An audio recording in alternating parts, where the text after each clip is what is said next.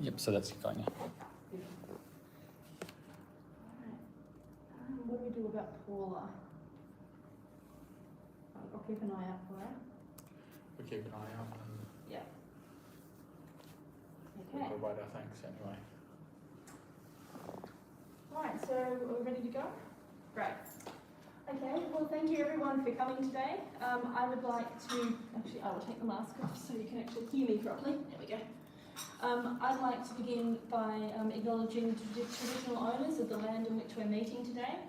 The PMI Victorian History Library, which is where we are, is located on the lands of the Wurundjeri Woiwurrung people of the Kulin Nation.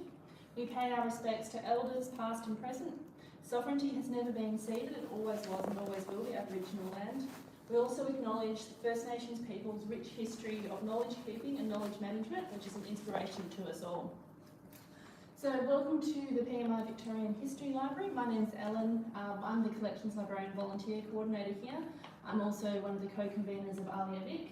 So Alia Vic is a library information group where we organise events for library people and networking opportunities where possible. We've got 4 committee members here today. So we've got James on the YouTube, Tim who's been helping with IT, and Michael who's our secretary and organiser extraordinaire.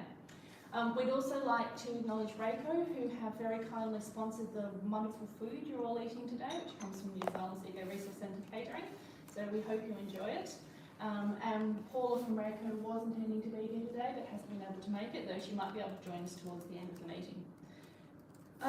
So today we're going to have 3 speakers talking about 3 different classification systems from different areas of different libraries. So our first speaker today will be Fiona McDowell, who's with us in person.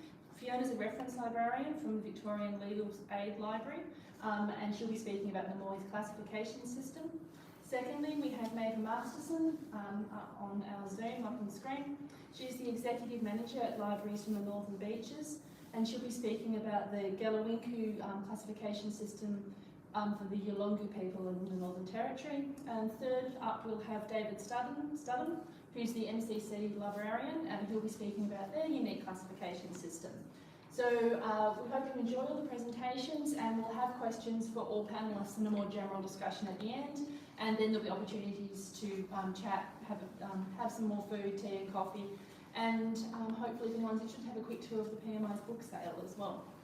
Okay, so I'll hand over to Fiona, who is our first speaker, and I'll just get your PowerPoint presentation up. Where are we? There we go. All yours, Fiona. Thank you. Sorry, I'll just look at other notes too. You suggest we share the screen as well so David and That is a very good point. Thank you, Tim. We're still working out the intricacies of this sort of thing. Here we go. Right, David and Maeve, can you see that one? Yes. Right. There you go.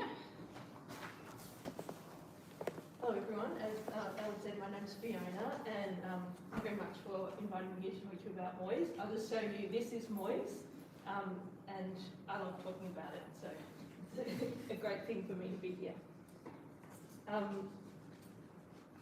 I've been working in law libraries for nearly 20 years, and as Ellen said, I currently work at the Victorian Legal Aid Library. I just wanted to tell you a little bit about law libraries. I'm not sure how much you know. So, law libraries hold legal materials, including primary materials like law reports and legislation, Hansard and parliamentary papers, and also secondary materials like textbooks that talk about the law, commentary on the law. Law libraries exist in private law firms, courts, universities, government departments, and other organisations such as law societies and legal aid organisations. And these libraries are generally only available to the organisation's staff, although some, like the Victorian Legal Aid Library, are open to the public.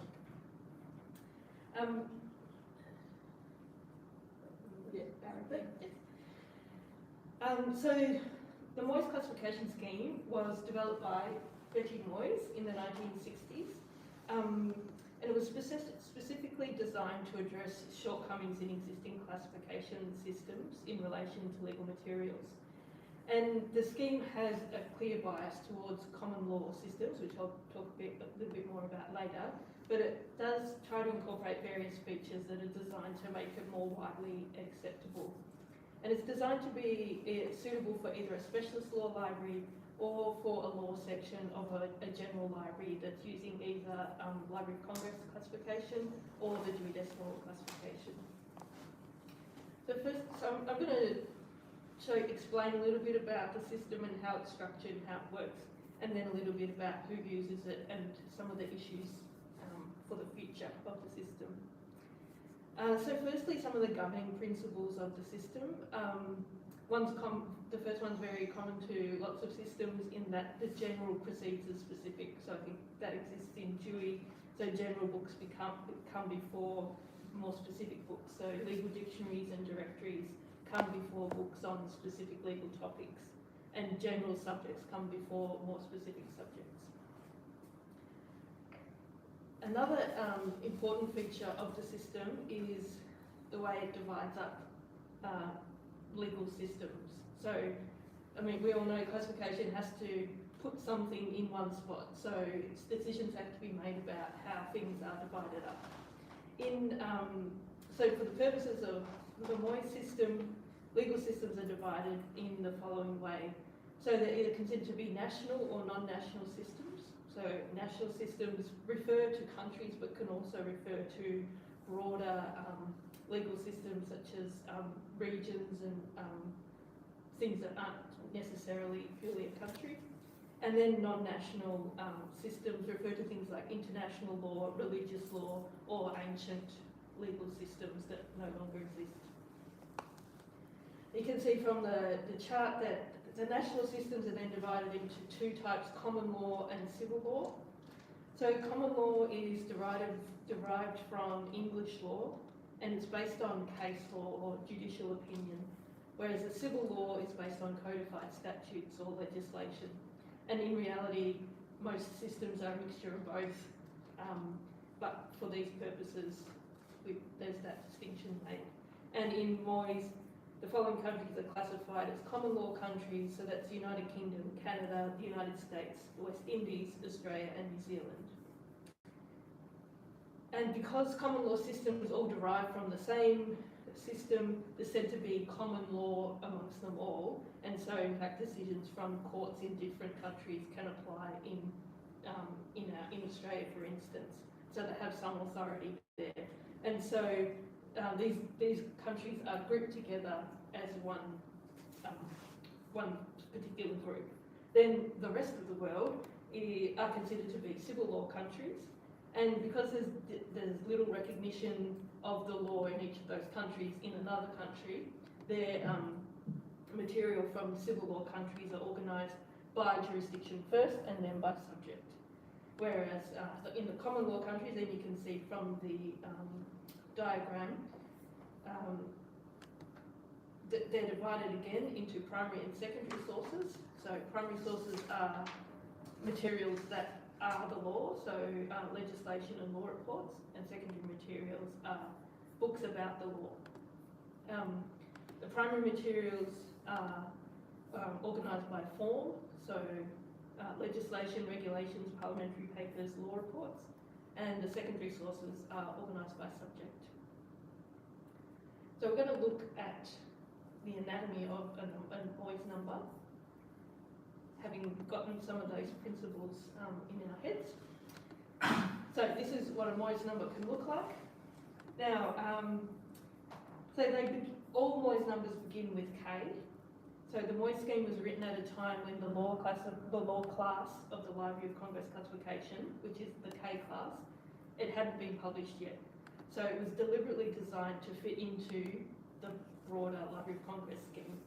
So all Moyes numbers begin with a K. And because of that, some law libraries in Australia just omit the K altogether because it is redundant if you're in a purely specialist law library. So the majority of Moyes users in Australia use this version that looks like this, but there is also a version that is designed to fit in a Dewey classification system as well. So it begins with in the 340s and then numbers on after that. But in law libraries, very few people use that system. The second letter denotes the broad class of the scheme. So the classes are arranged into three main groups, again moving from general to the specific. Firstly, as you can see here, books on general nature, so reference books and jurisprudence, which is also called legal theory. And then as we go down, you can see books that are not on modern national systems, so international law, religious law, ancient and medieval law. And then we have books on common law from KF to KN. And then after that, books on specific jurisdictions. And then right at the bottom, KZ for non-legal books.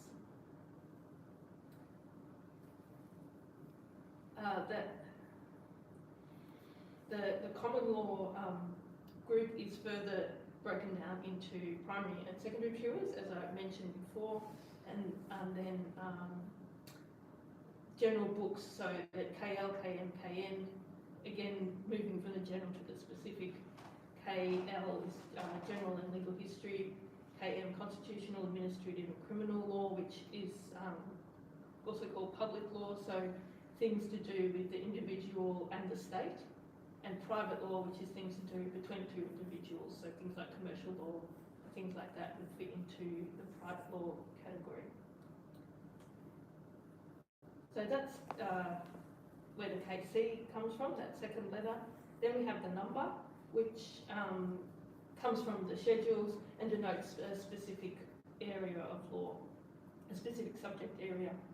And these subjects also move from the general to the specific. So we can see here from the Moy schedule, so we've got KC 220, which is international economic law, and it moves down into the different subjects down to KC 227, investment, and then furthermore specific areas in that, in foreign investment from individual countries, and then foreign investment to individual countries.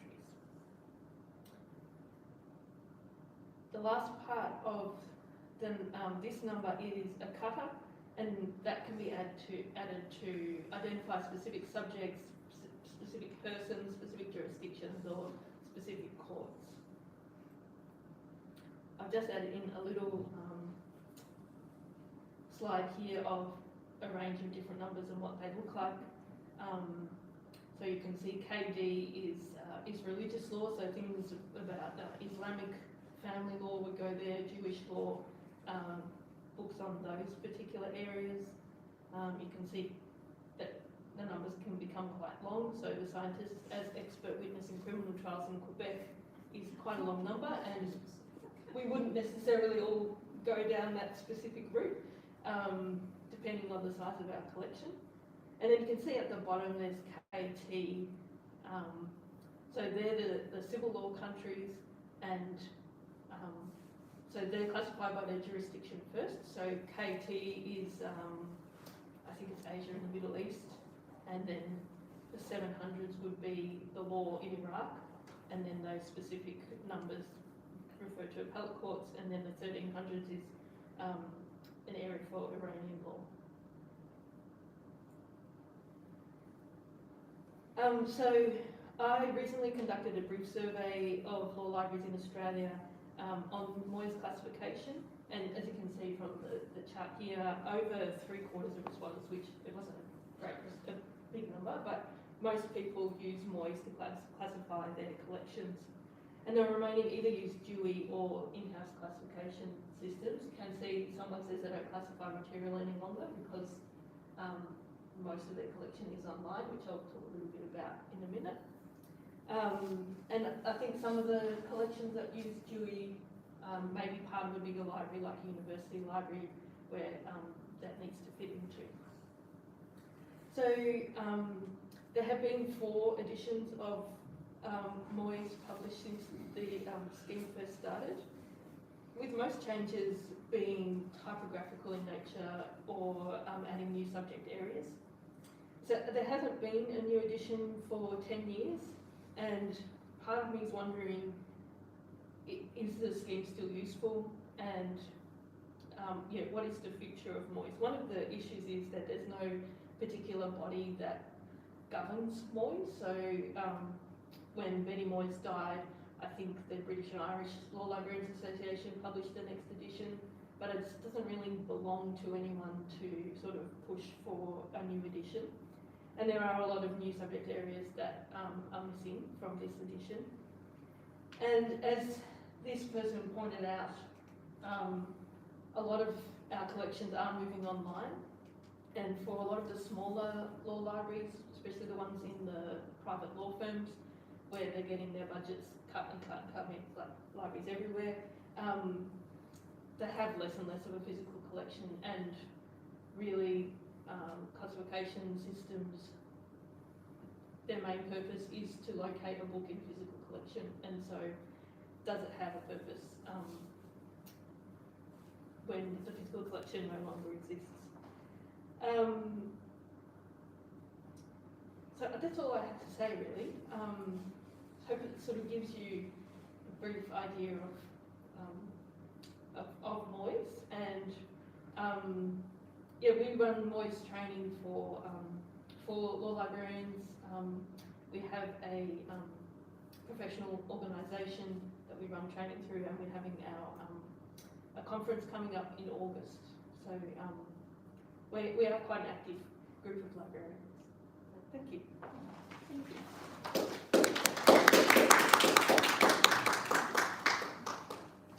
Thank you, Kieran. That was really interesting.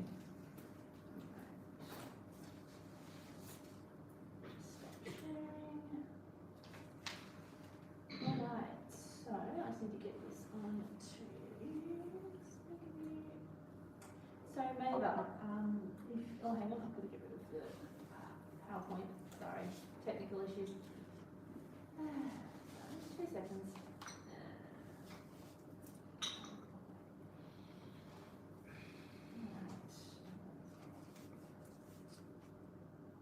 Okay. Back to Mabel.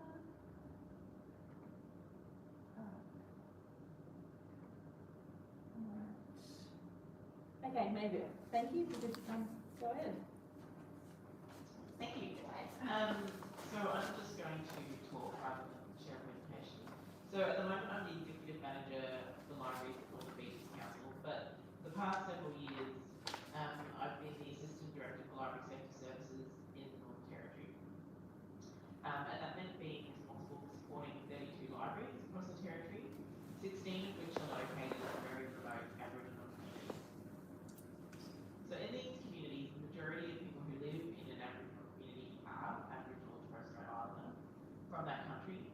The primary language won't be English. The primary culture won't be Western. Access is also usually often limited for non-Indigenous Australians. So you can't travel there, you can't go for a visit. So when I started working at Library and Archives and Team, I went and visited with all these libraries and met with our local librarians there. And it became quickly apparent that there was a problem with the classification system. The library was often laid out in unusual ways. There were signs explaining what fiction and non-fiction meant, and the staff were really clear that they felt that they didn't understand why the subjects were grouped together in the way that they were. They felt like it was completely arbitrary. So, looking into it, the Dewey Decimal, and in every of these libraries, the Dewey Decimal System was the main classification system. So, the Dewey Decimal System makes assumptions about how we think about the world. So, it assumes that time is linear, so it assumes that there is a past, present, and future. It assumes that we all use the same kind of mathematical concepts. It assumes that there is a separation between fiction and non-fiction. And it assumes that subjects can be compartmentalised in a hierarchy. Which, as we found, well, none of those things were the case in the communities that I worked in. And then we as libraries really assume that the Dewey Decimal System, because it's the most widely used across the world, is the best way to organise our collections. found when I was working with our communities in the Northern Territory was that time may not be thought of as linear, so it might be circular. So if you don't have a concept of time with the past, present, and future, how do you deal with subjects like history? It all starts to, sound a bit arbitrary. In East Arnhem Land, in Galloway, where we did the pilot, younger people have a completely different form of mathematics. So then, what is the point of Dewey Decimal Numbers? And all knowledge is interrelated. So the idea that there is hierarchical separation between subjects like fiction and non-fiction, or any of the non-fiction subjects, made it appear as if the library was laid out in this strange, arbitrary way that really made no sense to the people who live there. And as I mentioned, if 99% of the people who live in a community speak a different language and have a completely different worldview, it makes no sense to continue to use Dewey Decimal System. So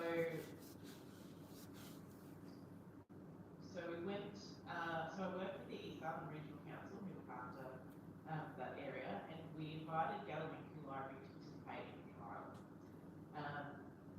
Looking at them developing their own classification system based on traditional knowledge management frameworks.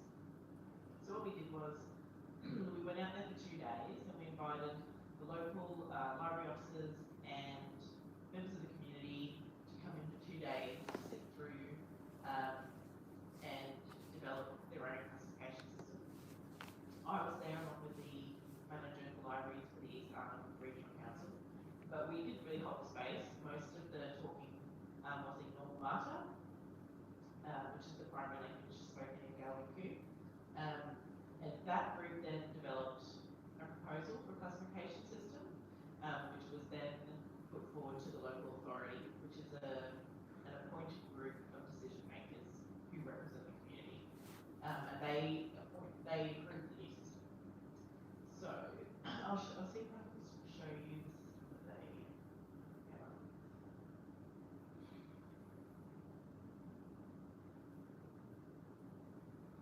Can you see that? Yes. Yeah. Yes. So this is the new system. So it's entirely in Yolgumata. There's no English there. They don't use numerical codes. They have 6 categories, much like the living room system, and it covers the spectrum of knowledge in Yolgumata. So you can see that the subject headings don't really translate into anything that we would use in the Dewey Decimal System. And they incorporate fiction within there. But we do need to remind that while I included an English name, it's really hard to translate the terms because we simply don't have the same concepts in the English language. So,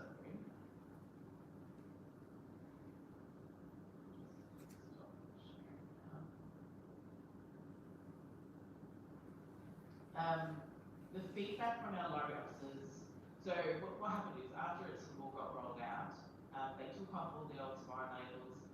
They now have their own spine labels with those colours.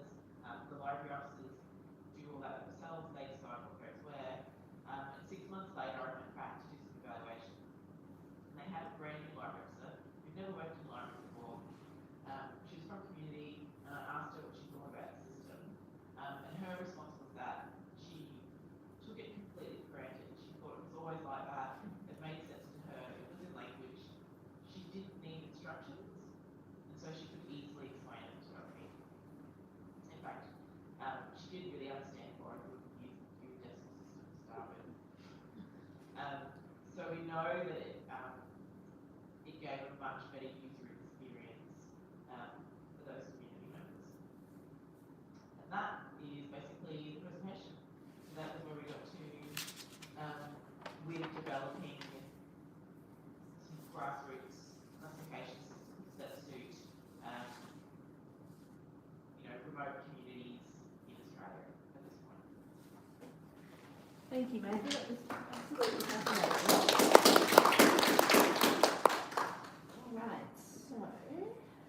Our next speaker is David Studden from the MCC Libraries, and yeah, he'll be talking about their unique system. So take it away, David. I'll stay here to make sure it's working all right.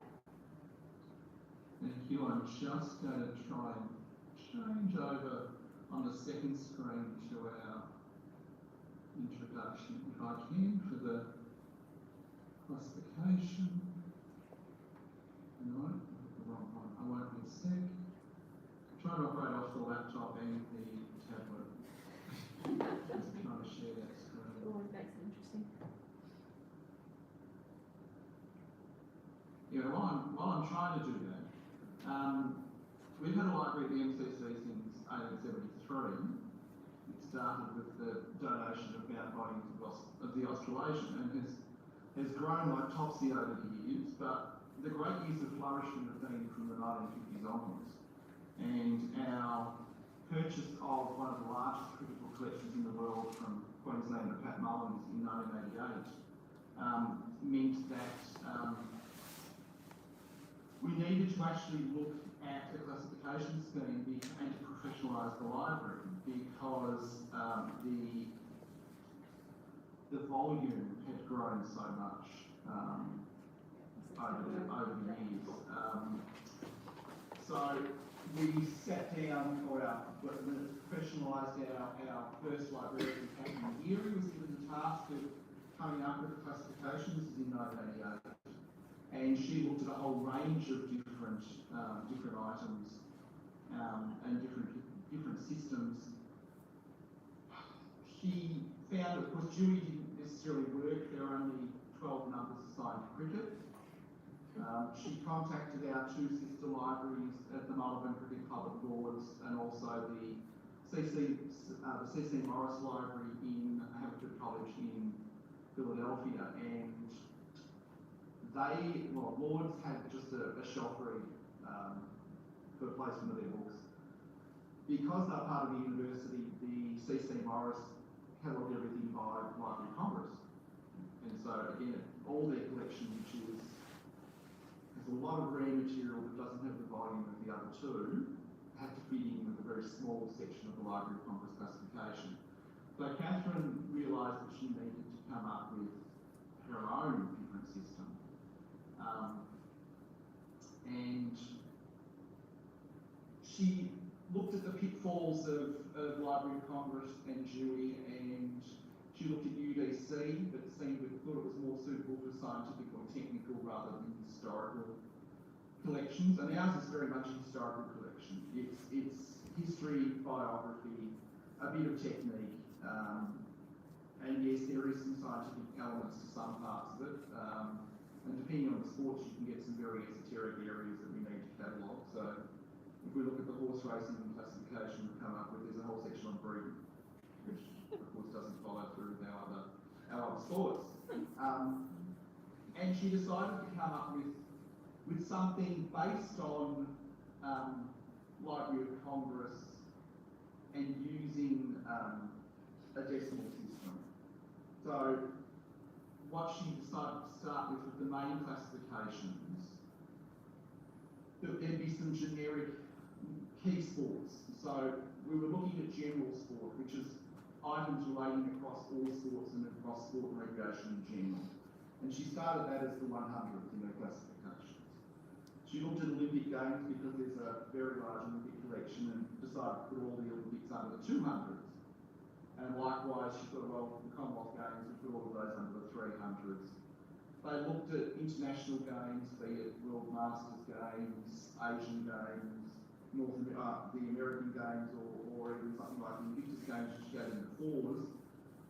And then she moved on, and this is one that I've not had the opportunity to ask her about over the years, why she then jumped to 800 for Australian football and then 900s for the cricket. So I started at the library in 1994 in January, and Catherine was just going on maternity leave.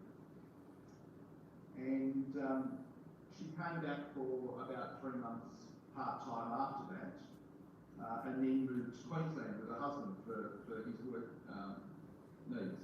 She was up in Mount Isa. So I think I hear from her sort of once every 10 years, we sort of touch base. We had the delightful situation where her daughter contacted the library to do a small assignment, which for me was a bit of a pleasure that she was she was contacting the place where I was employed while her daughter was being born, and then the first year. So for other sports, and we have a lot of different sports in the collection, it was decided that there would be a prefix for the sport, and then you would use something similar to the 900 classifications for cricket as a generic. I don't know why they went for the 900s instead of the 000s, but they did. So when we look on our catalogue, you'll find items that are just purely 900s will be cricket, and that's our main area. I'm going to try and change that. If I can change that page.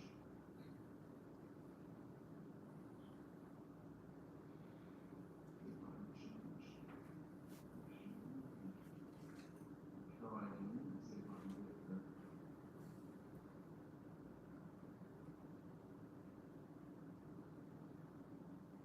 Here we go.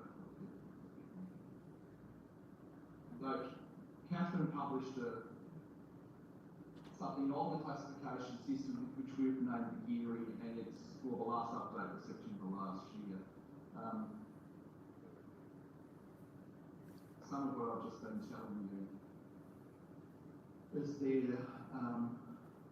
I should say that all our non-sporting books, and we have a big historical collection looking at the role of the MCC and its members in Australian society. So there's a lot of biographies, a lot of military histories, school histories, local government histories, corporate histories, and we just give them a Dewey number with a 0 in front. We thought, why reinvent the wheel? It's just going to work for those things. It just doesn't work for our sports collection. So I'm going to scroll down to there's some of the general rules that we've come up with.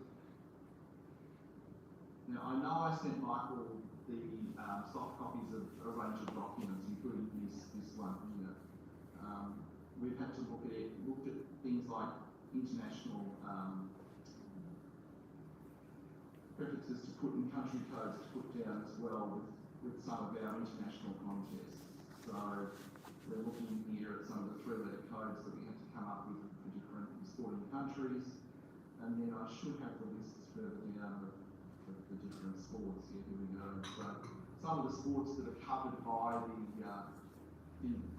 the library collection, and some of them are quite easy. Other than there's it says if you're looking for backpacking, look out for outdoor recreation. If you're looking for billiards, look under snooker. As some examples. But you can see there's a range of different sports. So dance sport is included. Darts. So we had to come up with a 2-letter classification or prefix to start the classification for different sports. I'll scroll down past those and should get to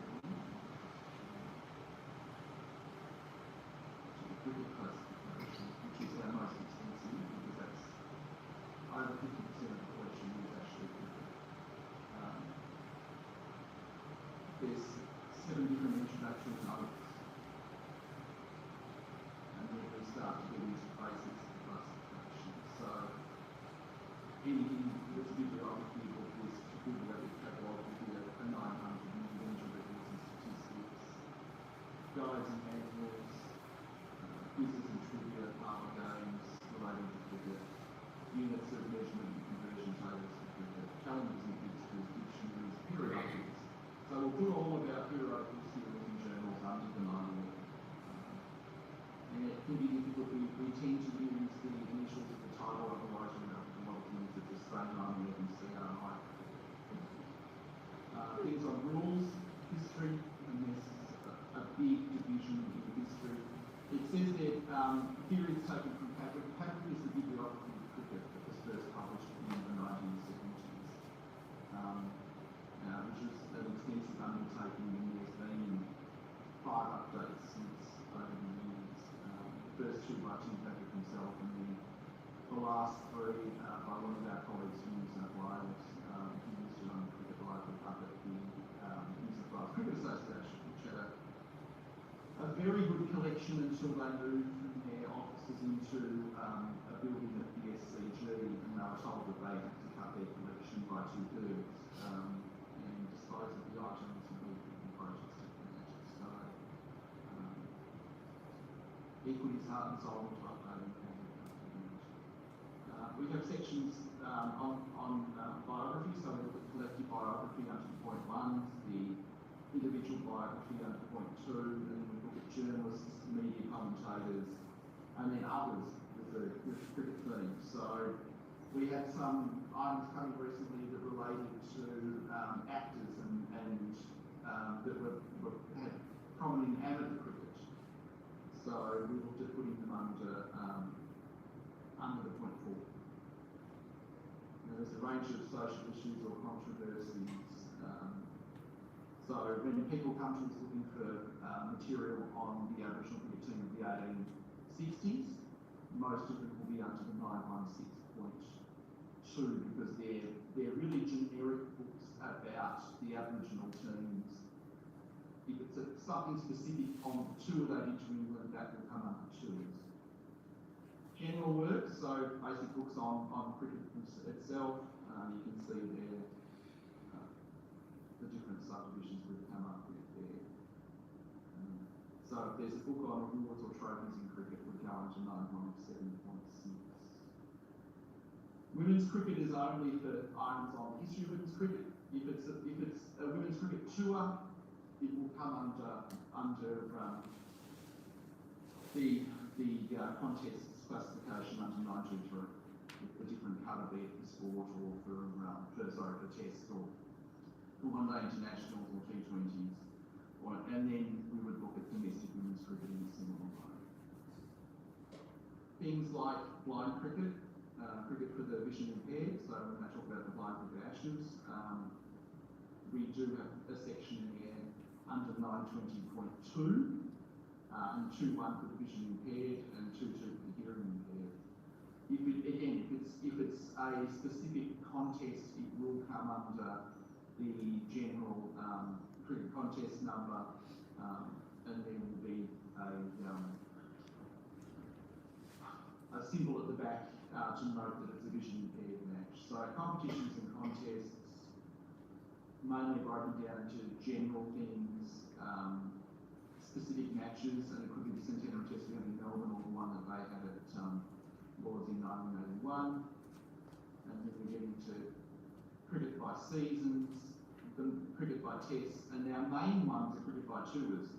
And it looks at the tour by the country. So it'll be England cricket tours to Australia. So the opening one there will be the first cricket tour to Australia was in 1861-62. So it would be 923.4, and then the subdivision would be would have the dates for 1861-62 there. We go into more different types of competitions, and then we get into technique and the history of technique. We've divided the ages or the dates of the technique up by the suggestions from Padwick, and then the different types of technique, be it batting, bowling, we realised that we needed to look at cricket administration because there was large sections there, and then technology, playing field, so specifically about history of different venues or the care of the construction of grounds and pitches or wicket construction. There's a lot of books on how to prepare a cricket wicket. Then we looked at literature, and then arts, media, labour economics, careers in cricket, strategic planning, Cricketana, which covers a lot of material related to our friends in the Cricket Museum, looking at different types of cricket-related objects and artefacts. Then museums and libraries themselves, archives, galleries, different exhibitions, and there's been a lot of exhibitions on history of cricket over the years, so most of the catalogues fall there. And then we got into some of the different scientific areas, health and physiology, psychology, some details on contracts, and then we looked at and gambling and gambling's been an issue with cricket going back to the late 1700s when the aristocracy and the gentry were betting for thousands of pounds on cricket matches.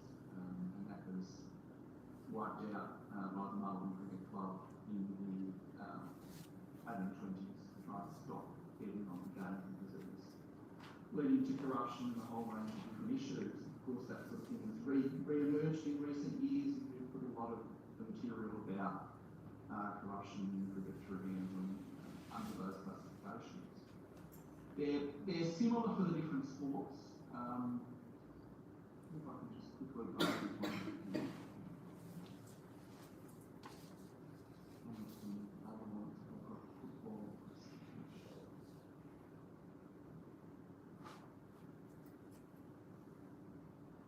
While we've got it, I'll sneak across to classification at Lords, where they do their shelf listing and decided that they needed to come up with a classification too, and they again did a Dewey, a decimal system, very different to ours. If they sat down and tried to break things down into different numbers to fit within the system for them, and our colleagues at Trent Bridge have a similar section where their classification is by subject on shelves. They still haven't come up with a classification system itself.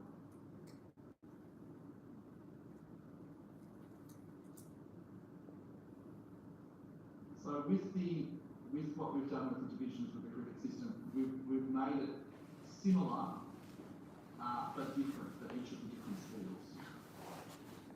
So I'll click on the horse racing and you can see it's similar in terms of listing things like biographies, guides, fixtures, periodicals, rules, history, etc. But when we get to things like the competitions, or we list modified rules by age for horses when we've got specific things, individual clubs like the VRC or the Australian Turf Club. And then when we get into competitions, we've divided it by group and listed status. So we've looked at Group 1's classic races, Group 1 weight for age, jumping events, Group 2, Group 3 listed principal races that are for things like the Everest or the All-Star Mile, and then racing carnivals and specifics. And most of the other things will be similar but changed, so technology will be, horse racing specific. It'll be the same for tennis, it'll be the same for football or golf in the classifications that we've come up with. Looking at racetracks or literature will be similar. If we get towards the bottom section, we'll come up with a section on breeding. So things like the stud books will be covered under the HR 970. And with tennis or golf, we'll look at the different majors for the different sports as the key for the competitions, and then we'll divide it by the different levels of competition that they have. All these team competitions like the Davis Cup or the Billie Jean King Cup as a separate classification as well for team competitions. Same for golf with the Ryder Cup or the President's Cup. So we've tried to cover the basic of the sport. One of the things we used to do with practice and placement students is sit down and say, come up, here's a sport we want you to look at. Sit down and modify this to fit in, to see how you think what the different key aspects of the sport need to be changed to fit in. For an example, it might be squash, and they would have to look at the major squash tournaments, different aspects of technology or the history of the game, and come up with something as a project. And it was really useful for the students. We've had a few come back to us years later and say before they did the original cataloguing either at State Library or one that's been at National Library, it was really helpful to sit down and look at drawing up a classification, thinking about what is needed and then the specifics, and then help with catalogue. So I think I'll probably wrap it on from now. Is there anything specific that anyone would like me to have a look at with the classification? doesn't look like it from our end. But thank you, David. That was absolutely fascinating. Saying that all the time at the moment, but it was really interesting. Thank you. Well, yeah, thank you to Fiona and Maeva and David. And we would now like to open the floor to any questions that anyone might have. And I'll just put this back on review so we can see everybody. Right, so do we have any questions from anyone in the audience? Tim? A question for Maeva. So in the trial branch that obviously worked quite well. Do you know if that has since spread out to other members of the Arnhem Land Regional? So it was very well received, and there was interest from other community libraries. But we haven't been able to establish it in any of the other libraries because it's very time intensive. This whole project took around 18 months to 2 years to get off the ground, and we needed a lot of on-the-ground support. And it took months and months for it to get up to local authority. So because of things like staff turnover in regional councils, we really weren't able to get it across anywhere else. But I mean, it exists now, and anyone can pick it up if they want to. I had a question for everyone actually, because I'm the collections librarian here, so I'm with an adapted from Dewey, which I'm constantly updating as new things happen. So I was wondering, what's the update process for each of the classification systems? So maybe Maeva and David and Fiona? So the plan is that every 3 to 4 years, whoever's in my role now, the library and archives team will go over to Gallery Group and sit down with the library system to see whether it needs a refresh. I think the good thing is, because it's in language, they're going to be on top of it anyway, and thinking about where they want to allocate things. We can do some inventory lists in the background, and one of the things we did at the 2-day workshop was to go through all the existing subject lists and say, where did this fit, so that we were stress testing the classification scheme. So that's how we would do it, every 5 to 10 years. Wonderful. David? As is needed, and that's one of the joys of having your own system, that if you find that something comes in that does not fit the scheme, you're able to convene the cataloguing team and sit down and look at it and go, right, is this a new subdivision, is it a new number, what specifically is it that we need to cover, and then make a decision and implement the number if needed. And that might happen once every 2 to 3 months, or it might not happen for 2 years, depending on what stock is coming in for the collection. Makes sense. And Fiona? Yeah. Yeah, great. Thank you. Sorry, I'll swap. Yeah, as I said, Moy's, this is the 5th edition, and this was published about 10 years ago. So formally, that's how it's updated, and it's a sort of an ad hoc kind of process. As I said, there's no governing body or anything that looks after it. I think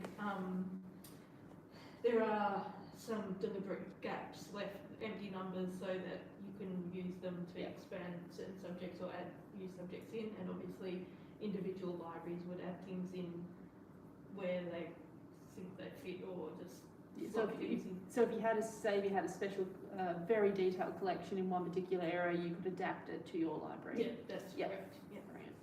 Well, thank you. Any questions from anybody else? Yeah, I've got one. You've made the decision to not use some of these more common ones like Dewey, Library of Congress, all that. Do you run into problems with when you're working with other libraries and things like that? And Fiona, I think you were saying Moyes is used by some, but then there are some that you still use Dewey and Library of Congress within that law area.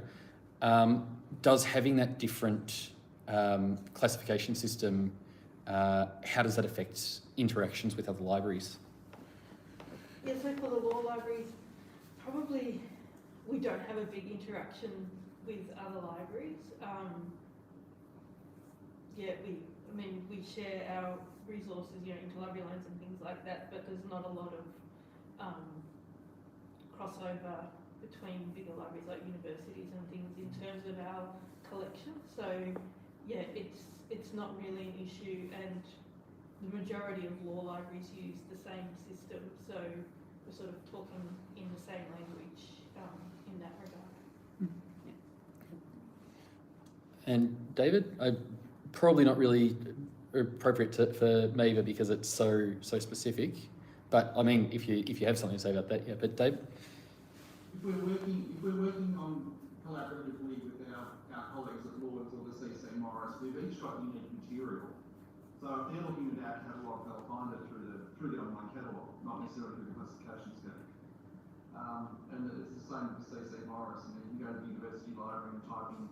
I did it earlier as an example.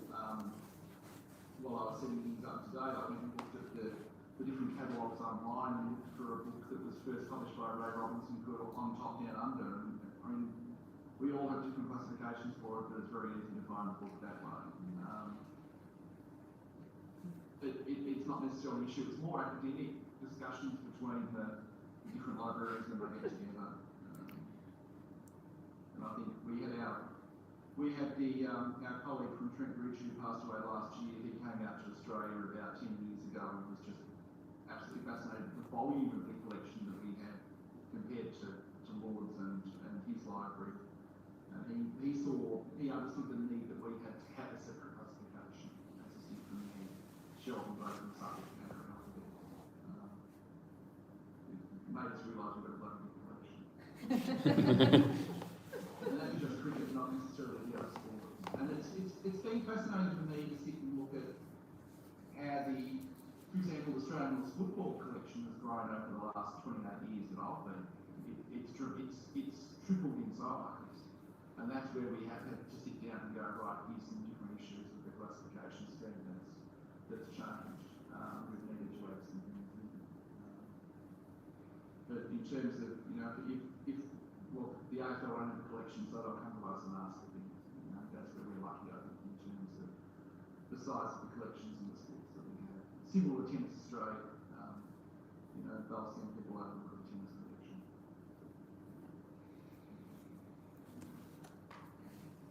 Right, anyone else have any questions, comments? I have a question about Molly's.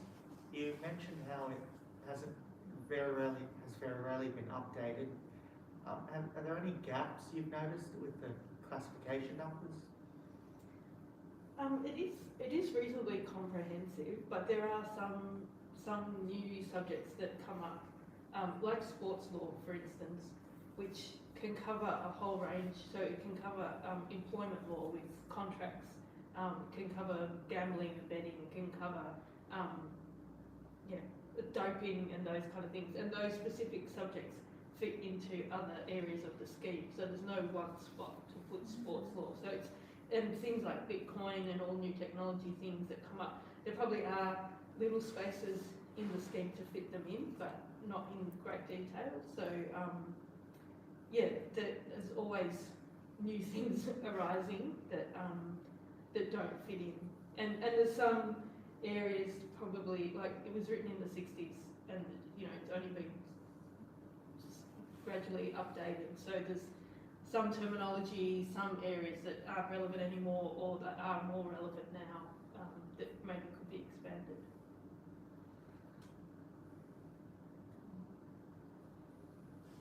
All right. Well, thank you everyone for coming, and thank you to all our panelists. Jen, just before you sit down, we have an unworthy mic. So thank you very much. Yes, and Maver and David, unfortunately, we can't pass mugs through a computer, so David, I'll try and actually get over to the library when I come and see the collection anyway, so I'll try and drop it in person, and Maver will probably post yours to you. So thank you everyone for coming. Thank you to all our fantastic panelists. We hope you've all enjoyed today's event. It has been live streaming on YouTube, and we'll have the video up on YouTube in the next couple of days.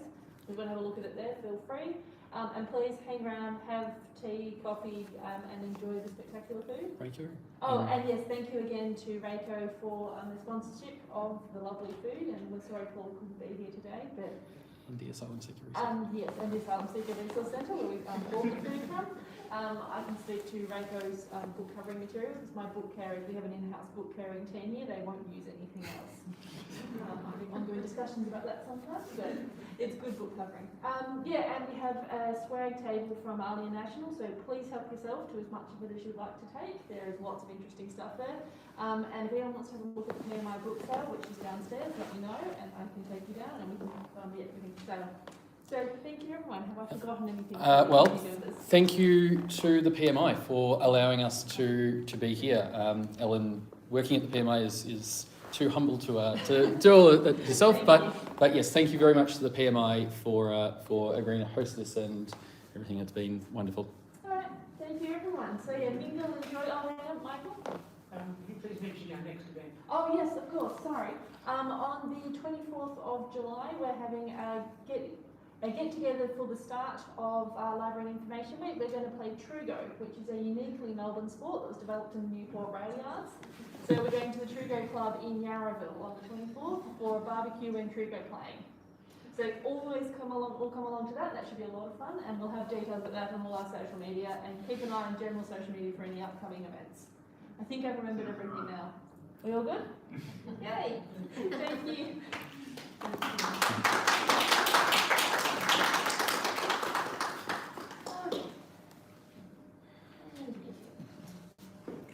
Right, so yes, please do have food. This is very nice. That was just that first bit of recording. Oh, right, good. Thank you.